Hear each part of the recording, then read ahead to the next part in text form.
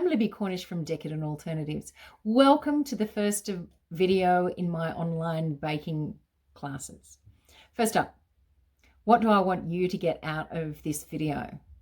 Basically, I want you to be able to see how you bake in a different light.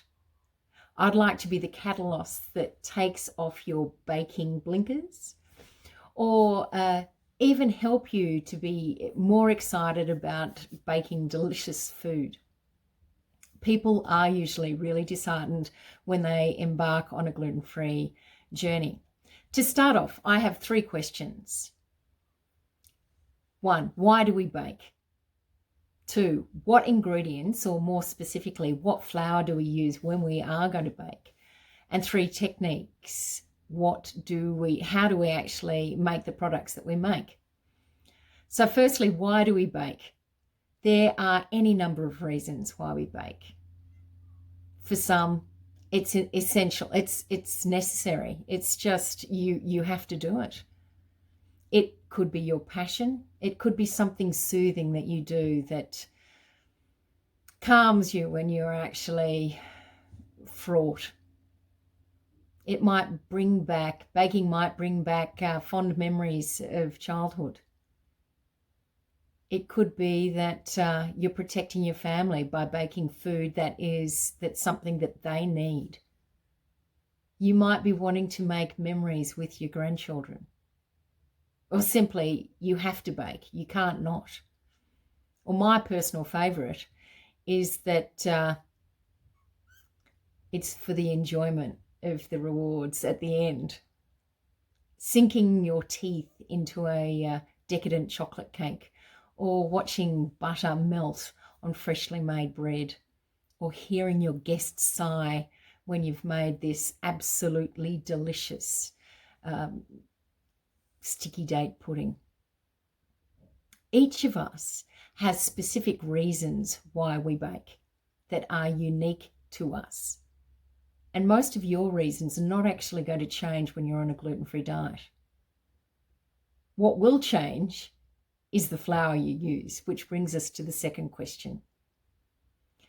So historically, the flour that has been used is wheat flour. Mankind, thousands of years ago, found it really easy to grow wheat and to be able to grind wheat into flour.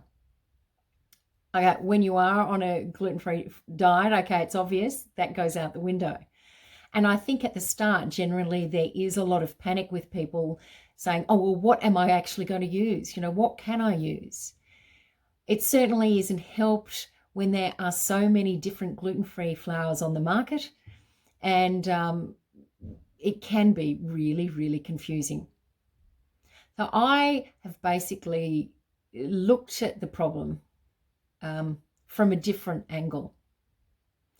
I wanted to know what wheat flour had in it.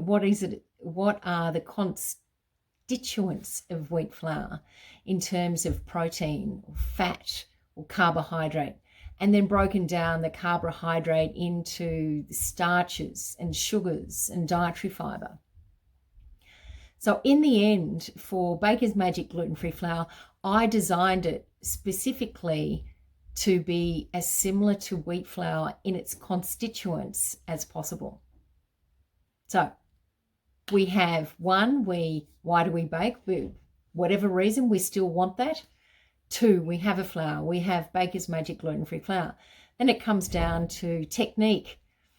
What techniques do we use when we are going to bake?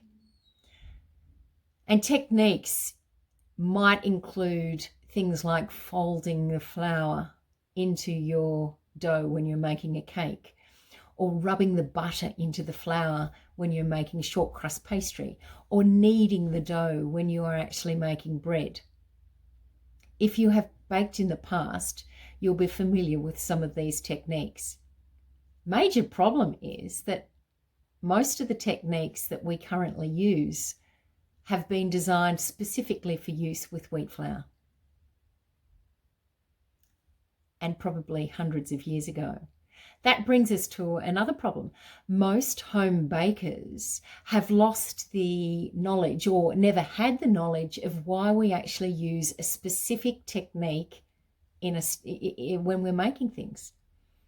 So recipe and method have been handed down for generations, or from or even from your grandmother or your great grandmother.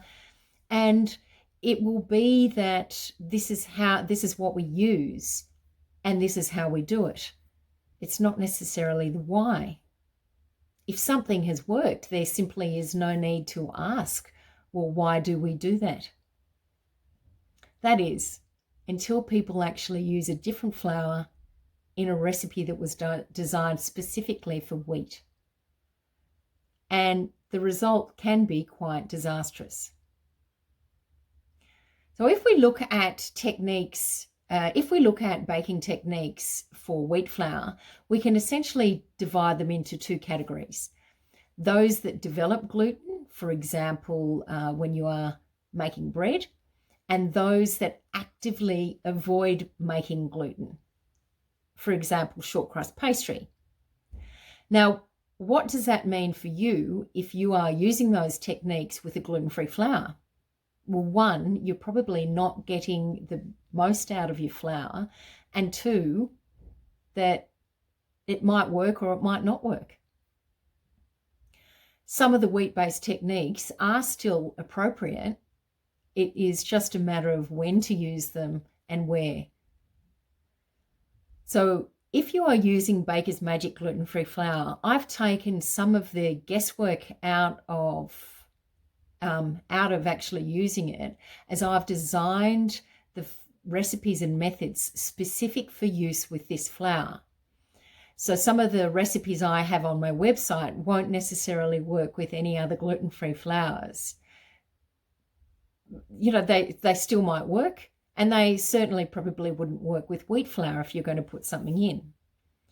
So in the end, to recap, your reason for baking hasn't changed. The flour that you're using has, and the way you actually use that flour has, or possibly has, but still the end result is going to be the same. You are still going to have that wonderful big birthday cake that you want to make. So your journey, from A to B, if you're using a car or a motorbike or a bus, you still get to the end. Thank you for listening, and